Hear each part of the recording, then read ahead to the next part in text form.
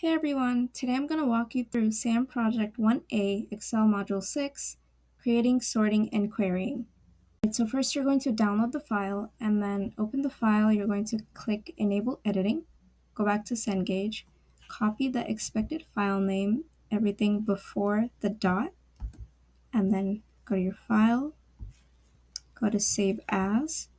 You're going to paste this, click Save. Okay, first you're going to go to Completed Projects, and we're going to make a table. So select A1, drag it down to F12, and then you're going to go to Insert, click Table, and then click OK.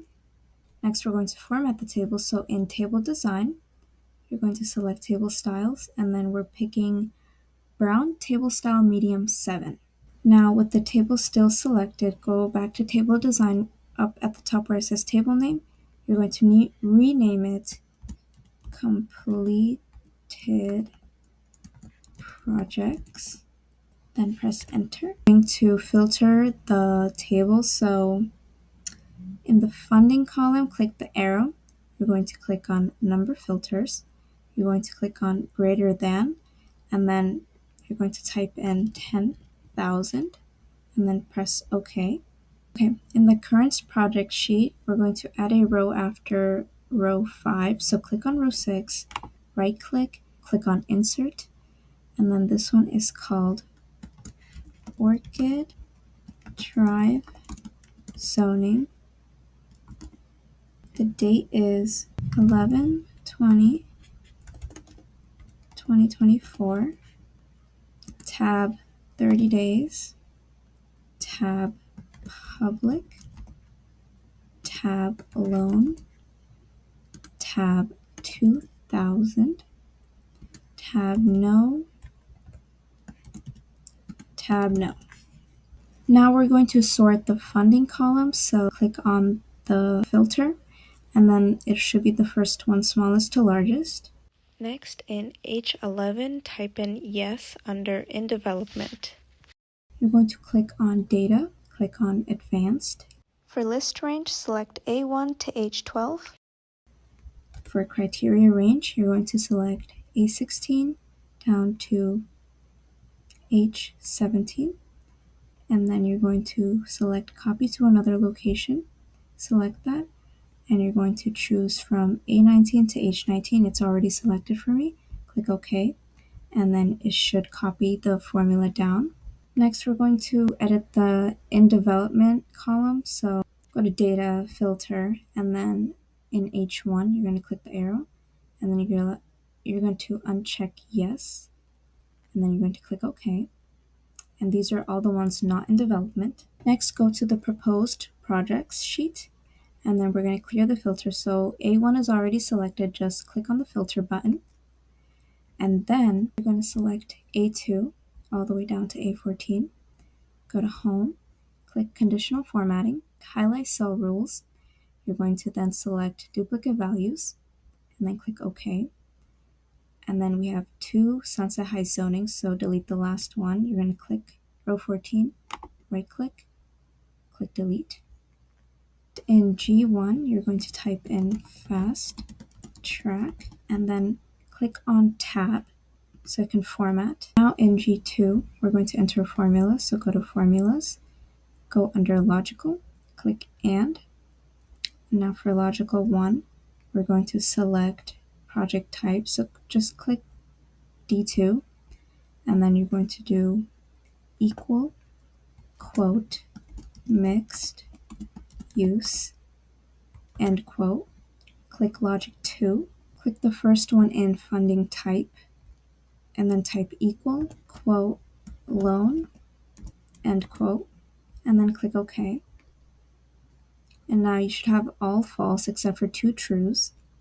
Now you're going to click Table Design, and then up here where it says Table Style Options, click the Total Row option, and it should show 12. Then in F14, we're going to click the arrow, we're going to click the filter, and then we're going to click Sum. Next, select C2 down to C13, go to Home, Conditional Formatting. You're going to press on New Rule, And then where it says format style on the bottom, you're going to select icon sets. You're going to click on 3 signs, then click reverse order. For type, click number for both. First value is 120, second value is 60, and then click OK. Similar for funding, so you're going to click F2 down to F13, conditional formatting, new rule. You're going to click on data bar. For the fill, click gradient fill. For color, you're going to pick orange and then click OK. Next in J1, you're going to wrap text. So select J1, go to home, and then in alignment, click on wrap text. So in J2, click equal sign, and then you can use the function tab, type in count if, click the first one, click OK. The range is project type, so you're going to select from D2 down to D13. For criteria, you're going to press on I2 and then press OK.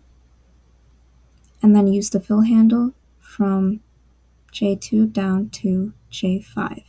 For K2, I'm going to go to formulas, I'm going to type in sum if, enter, sum if selected, click OK. For range, select project type from D2 to D13. For criteria, select I2. For sum range, you're going to select the funding, so F3 down to F13, and click OK. And then use the fill handle down to K5. I'm going to repeat this one more time for L2, so click on L2, click on insert function, look for average if, select average if, and then for range, project type. For criteria, I2. For average range, select the funding column, click OK, and then use the fill handle to fill it down. I have to fill in some information for the 2021 summary, so in I8, type in project type, tab started, tab completed, tab funding, and then I9, type commercial, tab 5, tab 3, tab 45,500. Click enter, mixed use, tab 4, tab 2, tab 57,800, enter. Then you're going to type public, tab 4, tab 3, tab 33,750, enter. Residential, tab 3, tab 3, tab 41,325, click enter. Also, you're going to click on I8 to L12, click format as table, and then you're going to press the same one that the rest of them are formatted in, so brown, table style medium 7, click on it, and then make sure my table has headers is checked, click OK. You're going to go to the funding totals worksheet, select the entire table from A1 to H23, go to data, you're going to click sort, sort by funding type, add level, start date, keep the default, and then press OK. Next, go to A1, right click, and then it says table. You're going to click convert to range, and then you're going to click yes. Then go to data, go to outline, click on subtotal. Make sure at the first one is funding type. Use function should be sum. And then for add subtotal to, only check funding. Deselect in development. Check summary below data, deselect replace current subtotals, then click OK. Next, select the whole data.